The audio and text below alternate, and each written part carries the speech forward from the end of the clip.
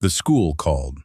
And when I pulled into the parking lot, the police were already there. 2 patrol cars.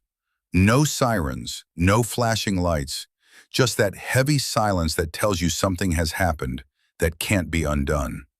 I had been in the middle of a client meeting when my phone vibrated 3 times in a row. First the elementary school, then an unknown number, then a message from the principal. Please come immediately. This is urgent. You read something like that and your mind tries to stay calm. Maybe a small accident, maybe a playground fight. But when I saw the police standing near the entrance, I knew this wasn't normal.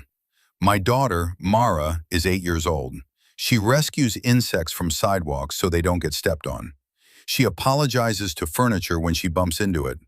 Violence does not belong anywhere near her personality. Inside the office, the atmosphere felt wrong. Not chaotic, controlled, too controlled. Across from the principal sat a well-dressed couple, expensive coats, cold expressions. Their son Noah had already been taken to the hospital. I was told his jaw was broken in multiple places. His mother spoke first. Her voice was calm in a way that felt almost rehearsed. Your daughter violently attacked our son. He requires surgery. There may be permanent damage. My ears started ringing. Then she said something that made it worse. We will be suing you. $500,000. $500,000. I barely heard myself speak when I asked, "Where is my daughter?" One of the officers stepped forward. He had been standing quietly near the window. We need to take her in for processing, he said, given the severity of the injury. Processing. My 8-year-old daughter. In that moment, something inside me collapsed. Then the door opened. Mara walked in. Her right hand was wrapped in a bandage, her knuckles swollen. But she wasn't crying.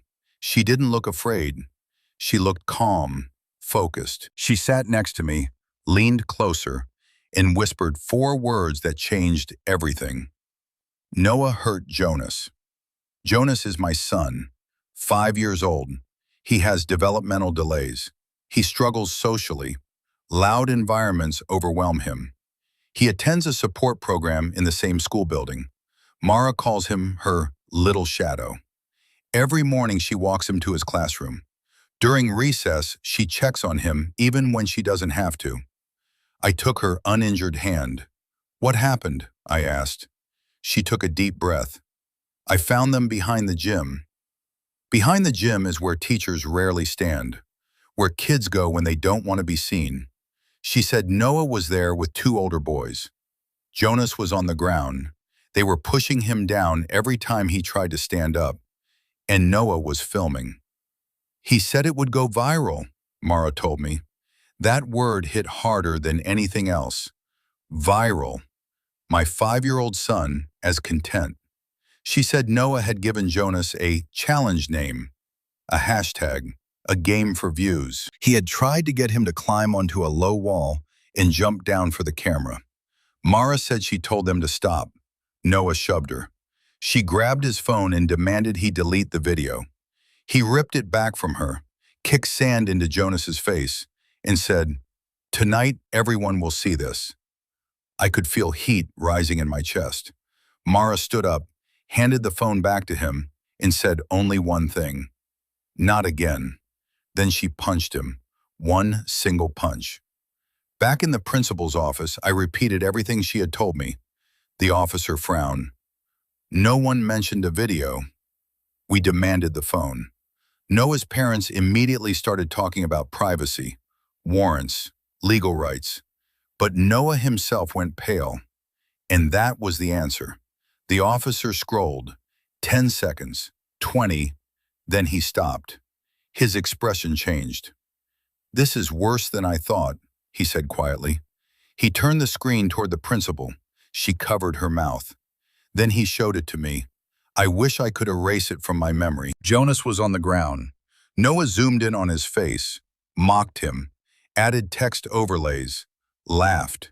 Every time Jonas tried to stand up, someone pushed him back down. You could hear Mara in the background yelling, "Stop!" The video ended abruptly. The parents who had threatened lawsuits said nothing.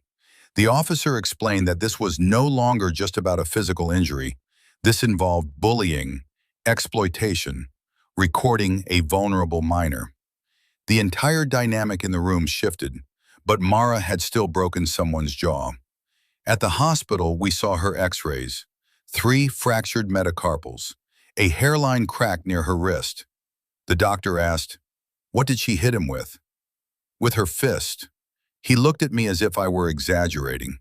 He explained that the strike had landed with unusual precision, hitting structural weak points in the lower jaw. "Has she ever trained in martial arts?" he asked. Mara shook her head. Then she said something I will never forget. "I aimed where it would stop him, where it would stop him." Later that week, we went to the police station to finalize statements. Sitting there, watching my daughter answer questions in a room with a recording device on the table, I realized how close we had come to disaster. An officer asked her, "Why did you hit him?" She paused.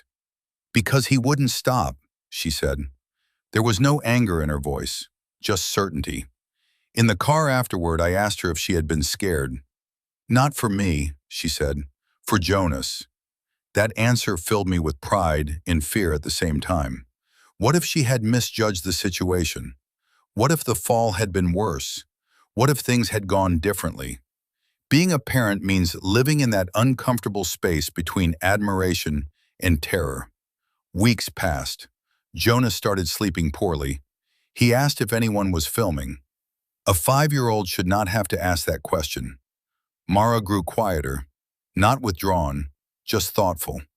One night she said something that caught me off guard. "I thought I was like him for a second," she said. "Like who?" I asked. "Like Noah. I hurt someone too."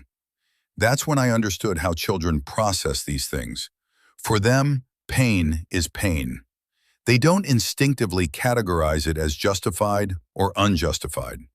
I explained the difference between cruelty and protection, between causing harm for attention and acting to stop harm. But even as I said it, I wondered how clean that line really is. Because when I saw that video, I felt rage, raw, uncontrolled rage. What would I have done if I had been there? The school later held a meeting about cyberbullying. Parents packed the auditorium. I was asked to share part of our experience anonymously. I spoke about how quickly a phone can become a weapon, how easily humiliation becomes entertainment, how dangerous it is when validation matters more than empathy. I watched parents shift in their seats, because this story could have belonged to any of us. Months later, Noah faced consequences through the juvenile system. Therapy requirements, supervised programs. His father asked to meet me privately. He looked exhausted. "I've watched that video over and over," he said, "and every time I wish it wasn't my son." I didn't know what to say. He admitted they had ignored warning signs, online behavior, group chats, the hunger for attention. "We wanted him to be confident," he said. "We didn't realize he was becoming cold." That conversation changed something in me. This wasn't just a story about a villain and a hero. It was about children shaped by the world we create. Half a year later, Jonas came home from school and said something simple. "Mara is strong," he said, "but she's also kind." Strong and kind. Maybe that was the most important outcome of all this. Mara started asking questions about how bones heal, how doctors repair damage. She signed up for a first aid class. Maybe it was coincidence. Maybe it was processing. But I realized something. That day didn't just teach her how to fight. It taught her responsibility. When I look back now, I don't see the police first. I don't see the threats or the hospital. I see my daughter sitting calmly beside me, her hand wrapped in gauze, whispering, "Not again." Sometimes courage isn't loud. It isn't dramatic. Sometimes it's just a small, decisive moment when someone chooses to step in.